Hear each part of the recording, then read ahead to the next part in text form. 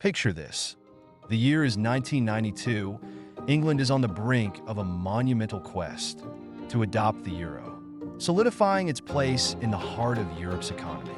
But fate is at stake as one man stands in the way, George Soros. With one of the riskiest and most influential money plays of the century, Soros alters the course of history, making his name echo through the newspapers of London. But how?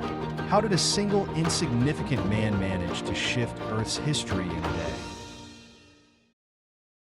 By the end of World War II, widespread destruction was evident throughout European countries.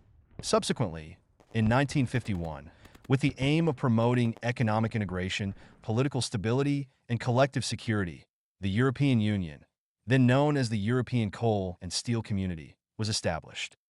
The success of this initiative spread rapidly, garnering attention and membership expansion from 6 members in 1957 to 12 in 1986.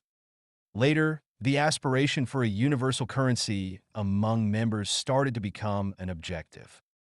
To pave the way for the euro's inception, the European Exchange Rate Mechanism ERM agreement was ratified.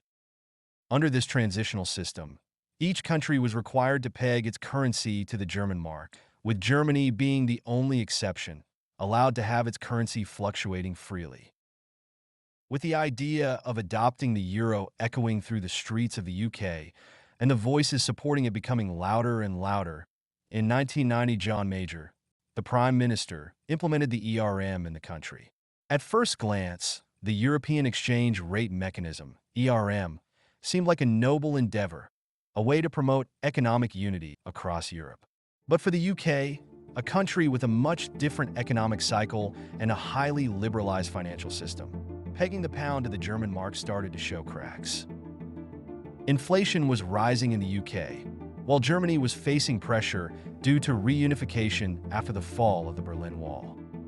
The Bank of England had to keep interest rates high to maintain the pound's peg to the mark, despite a weakening economy and rising unemployment.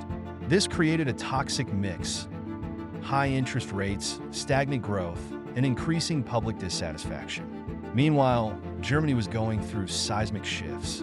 The reunification of East and West Germany in 1990 had imposed significant financial burdens on the country. The Bundesbank, Germany's central bank, was focused on keeping inflation low as it had to absorb the weaker East German economy. To do this, they needed to increase interest rates, putting pressure on all currencies pegged to the mark, especially the British pound. The UK's economy, already fragile from internal economic imbalances, was now being forced to contend with the economic decisions of a foreign nation. The result? A significant economic divergence. Britain, still struggling to revive its domestic economy, was being hamstrung by policies that were beneficial for Germany, but disastrous for the UK. British exports became less competitive, growth slowed, and unemployment began to rise. The Bank of England was stuck between two irreconcilable goals: maintaining the ERM peg or saving the domestic economy from a full-blown recession. Something had to give, and the markets could smell blood in the water. Enter George Soros.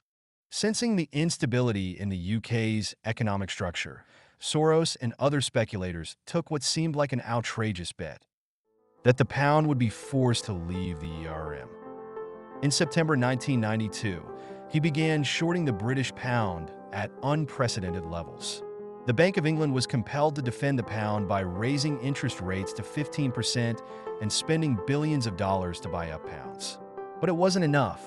The speculative pressure was too great. And on September 16, 1992, what is now known as Black Wednesday, the UK was forced to withdraw from the ERM, allowing the pound to devalue. The consequences of the pound's exit were both immediate and long-lasting.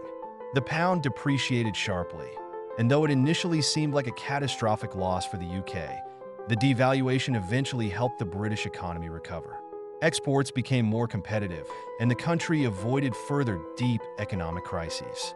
However, for George Soros, Black Wednesday marked one of the greatest speculative victories in history. He reportedly made over $1 billion in profit from his bet against the pound. It was a clear message to the world. Financial markets were more powerful than governments, and a single man could, indeed, shake the foundations of an entire economy. The legacy of this event still echoes in the corridors of British politics and economics today. Perhaps one of the many reasons the UK never adopted the euro was the painful memory of Black Wednesday, when the nation learned, in dramatic fashion, the dangers of ceding monetary control to external forces.